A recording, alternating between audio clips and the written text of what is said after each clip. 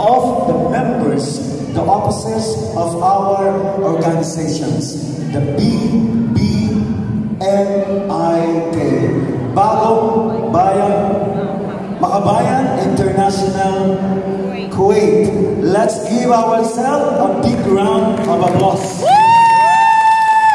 Now, the reason why we are gathering here is, of course, to celebrate the Thanksgiving of the founding of the BBMIK. When we started in 2021, we have come this far because we made it with our president and vice president to sit inside Malacanang. And we are very thankful for all of you that we are gathering here, journey with us.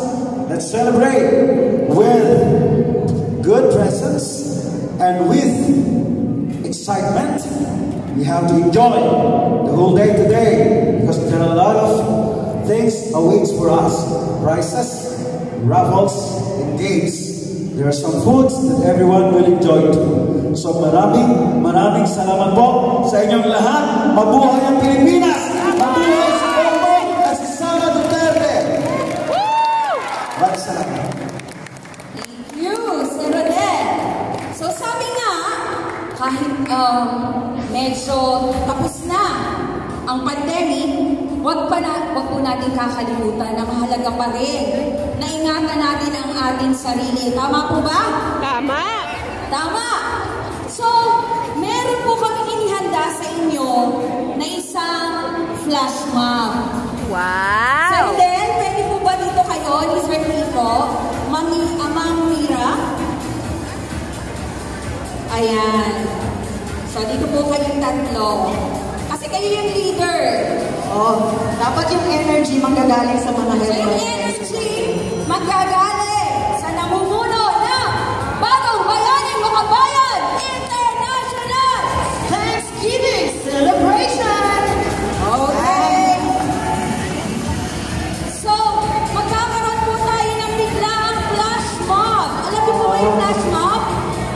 Okay? So, syempre, dahil kailangan mag-ingat pa rin tayo, so ang una po nating step ay sanitize and hand wash. Okay? Sabay-sabay po tayo. Sige po, taas po ang kamay. Sir Rodel. Right. 1, 2, 3. Okay, sanitize and hand wash. Tapos, Sanitize and hand wash. ang sunod po ay put your face mask. Put your face mask. Okay? Ready? Kuha ba?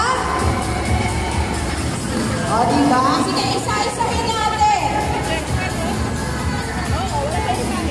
1, 2, 3, 4, ha? Simula na? Yung una muna, sanitize and hand wash. 1, 2, 3, 4. Ang hirap naman. Okay, kuha na. Very good. Lowly DJ, sorry. Ang sunod naman po ay put your face mask. Put your face mask. 3, go. 1, 2, 3, 4. 1, 2, 3, 4. 1, 2, 3, 4. 1, 2, 3, 4. Ano ba yan? Tama? O, ano sunod na dyan? Social distancing.